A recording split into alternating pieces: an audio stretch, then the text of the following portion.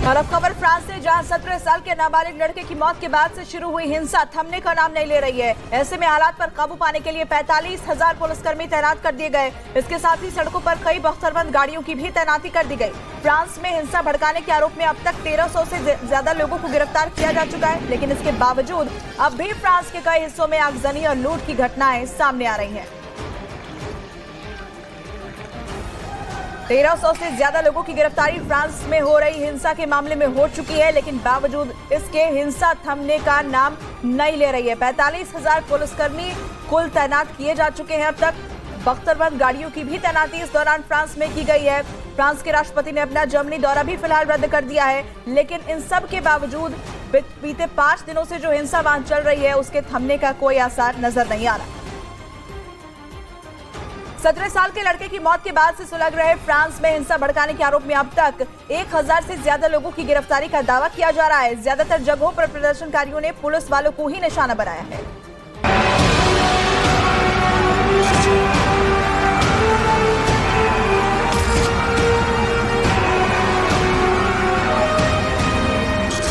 करीब 100 घंटे का वक्त पूरा होने वाला है, लेकिन फ्रांस में जारी फसाद का अंत अब तक नहीं दिख रहा है। प्रदर्शनकारियों के आगे पुलिस कमजोर दिख रही है। फ्रांस की मीडिया का दावा है कि इन झड़पों में करीब 300 पुलिस वाले गंभीर रूप से घायल हो गए हैं।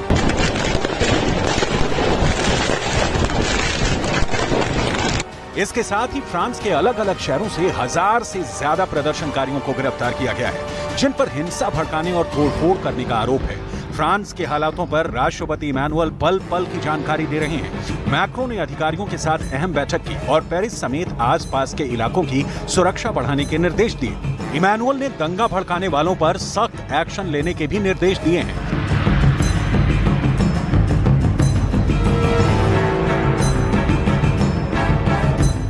नाबालिग अल्जीरियाई मूल के मुस्लिम परिवार का बताया जा रहा है, इसलिए इस घटना के बाद वहां मुस्लिम समुदाय के लोगों का गुस्सा ज्यादा है।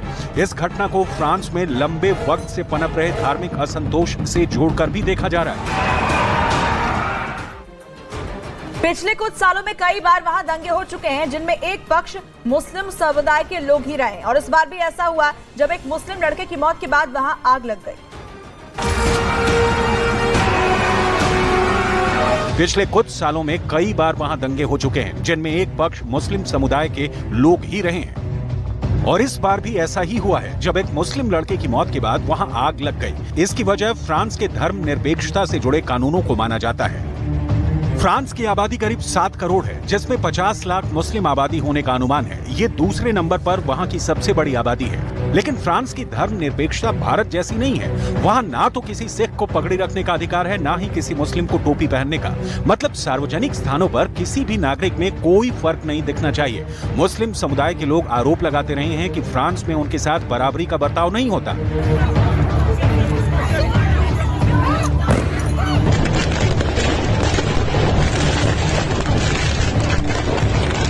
दावा है कि जिस पुलिसकर्मी की गोली से नाबालिग की मौत हुई, उसने मरने वाले लड़के के परिवार से माफी मांग ली है। वो पुलिसकर्मी हिरासत में है और उसके वकील ने बताया कि जब वो पुलिसकर्मी से मिला तो उसका पहला और आखिरी शब्द सॉरी था। वकील ने ये भी जानकारी दी कि वो पुलिसकर्मी 17 साल के उस लड़के को मारना नहीं चाहता था, इसलिए वो बहुत ज्यादा दुखी है।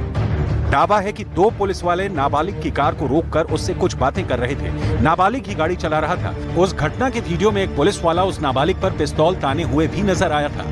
इसी दौरान नाबालिग ने गाड़ी भगा दी थी और पुलिस वाले ने गोली चला दी थी, जिससे उस लड़के की सड़क पर ही मौत हो गई। फ्रांस में नाबालिग की हत्या के बाद भड़की हिंसा की आग बढ़ती ही जा रही है। आलम यह है कि फ्रांस के गृह मंत्रालय ने अलग अलग शहरों में 45,000 पुलिसकर्मियों की तैनाती की है। वहीं हिंसा मामले में अब तक 1000 से ज्यादा लोगों को गिरफ्तार किए जाने का दावा किया जा रहा है।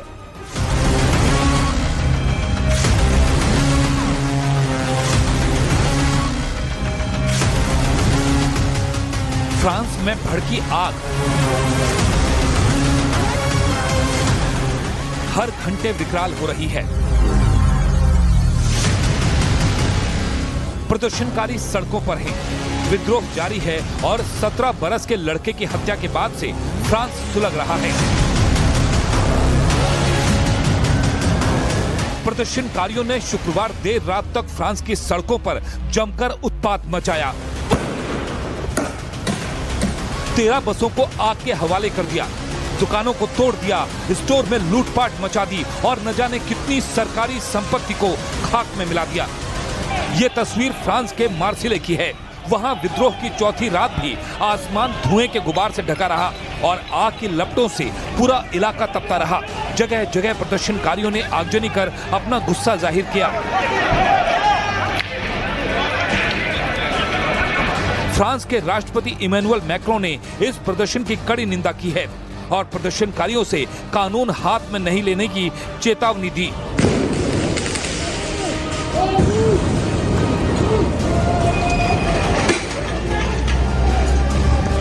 Il y a une instrumentalisation inacceptable de la mort d'un adolescent que nous déplorons tous, alors que la période devrait être au recueillement et au respect. Et donc face à cela, je condamne avec la plus grande fermeté toutes celles et ceux qui utilisent cette situation et ce moment pour essayer de créer le désordre et d'attaquer nos institutions. Ils portent une responsabilité de fait accablante. France में Africa के रहने वाले 17 साल के लड़के की हत्या के बाद से माहौल गरमाया हुआ है। पुलिसकर्मी पर लड़के की हत्या का आरोप है, जिसके खिलाफ प्रदर्शनकारी सड़कों पर उतरे हैं। फ्रांस में अफ्रीका के रहने वाले 17 साल के लड़के की हत्या के बाद से माहौल गरमाया हुआ है। पुलिसकर्मी पर लड़के की हत्या का आरोप है, जिसके खिलाफ प्रदर्शनकारी सड़कों पर हैं।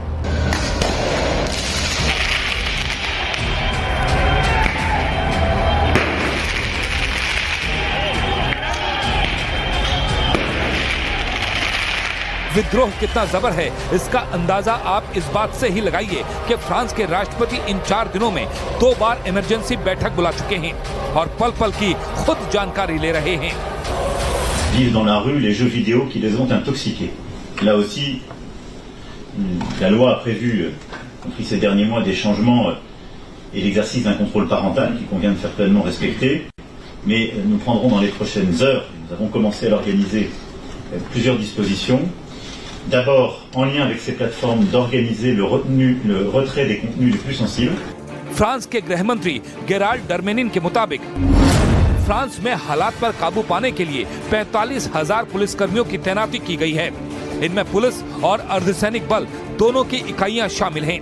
गेराल्ड के मुताबिक अगले कुछ घंटे काफी निर्णायक होंगे। हिंसा मामले में अब तक 1,000 से ज्यादा लोगों को गिरफ्तार किया जा चुका है। वहीं 300 से ज्यादा पुलिस और दमकल कर्मियों के जख्मी होने की खबर है।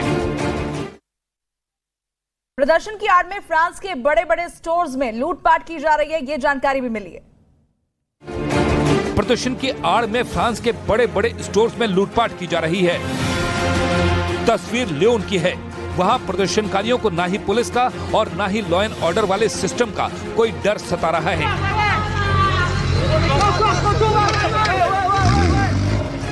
और सबसे ज्यादा चौंकाने वाला दावा यह है कि फ्रांस की सड़कों पर 14 से 18 साल के युवा इन वारदातों को लीड कर रहे हैं।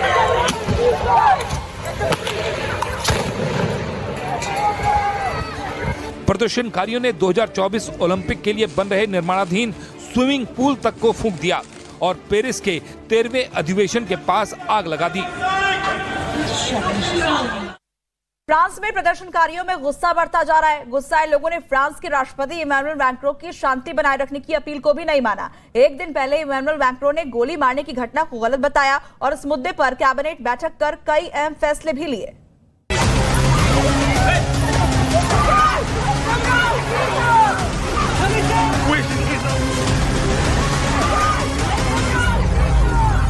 फ्रांस जल रहा है।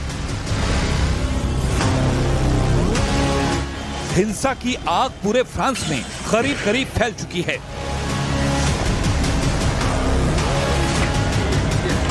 पुलिस के विरोध में प्रदर्शनकारी सड़कों पर उतरे हैं। राष्ट्रपति इमैनुअल मैक्रों की अपील के बाद भी फ्रांस में बवाल नहीं थमा। लोगों का गुस्सा सबसे ज्यादा पुलिस पर दिखाई दिया। पेरिस में तो कुछ महिलाएं मिलकर एक पुलिस वाले पर ही टूट पड़ी।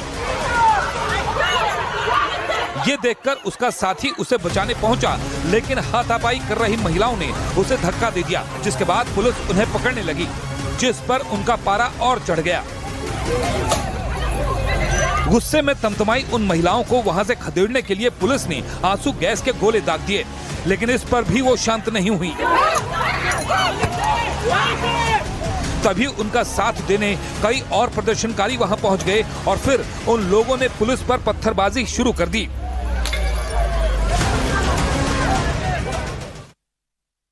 पेरिस में प्रदर्शन के बीच कुछ लोग शॉपिंग मॉल में भी लूटपाट करने लगे। इस दौरान वहां पर चीख पुकार मच गई।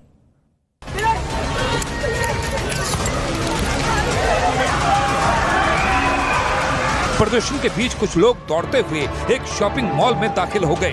ये देखकर वहां चीख पुकार मच गई।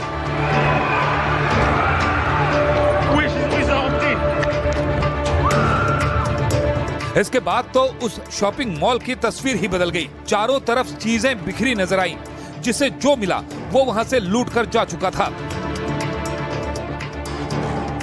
लेकिन सबसे चौंकाने वाली तस्वीर पेरिस के एक दूसरे इलाके से सामने आई। वहां कुछ लोग पुलिस की गाड़ियों से हथियार लूटते दिखाई दिए। इसके बाद जब उन लोगों ने पुलिस वालों को देखा तो वो दौड़कर वहां से भाग गए। इसी तरह पेरिस के कुछ बैंकों को भी निशाना बनाया गया। इसके साथ ही कई दुकानों में तोड़फोड़ भी की गई।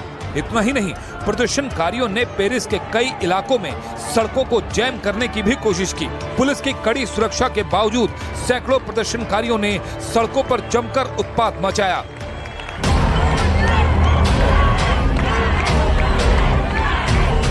प्रदर्शनकारियों ने और एक इलाके में सड़क के बीचों बीच एक बस को खड़ी कर उसमें आग लगा दी। देखते ही देखते वो बस आग के गोले में बदल गई। इसके अलावा भी कई सड़कों पर आगजनी कर उन्हें जैम कर दिया गया, जिसके बाद पुलिस वाले प्रदर्शनकारियों को खदेड़ते दिखाई दिए। वहीं एक दूसरे इलाके में भी बस डिपो को निशाना बनाया गया। वहां भी कुछ बसें आग की लपटों में घिरी नजर आईं। इस बीच पेरिस में पुलिस की गोली से मारे गए लड़के की मां ने मशाल यात्रा निकाली। उनका साथ देने के लिए वहां लोगों का हुजूम उमड़ पड़ा। इस दौरान लोगों ने पोस्टरों और बैनरों के जरिए पुलिस की कार्रवाई पर अपना विरोध जताया।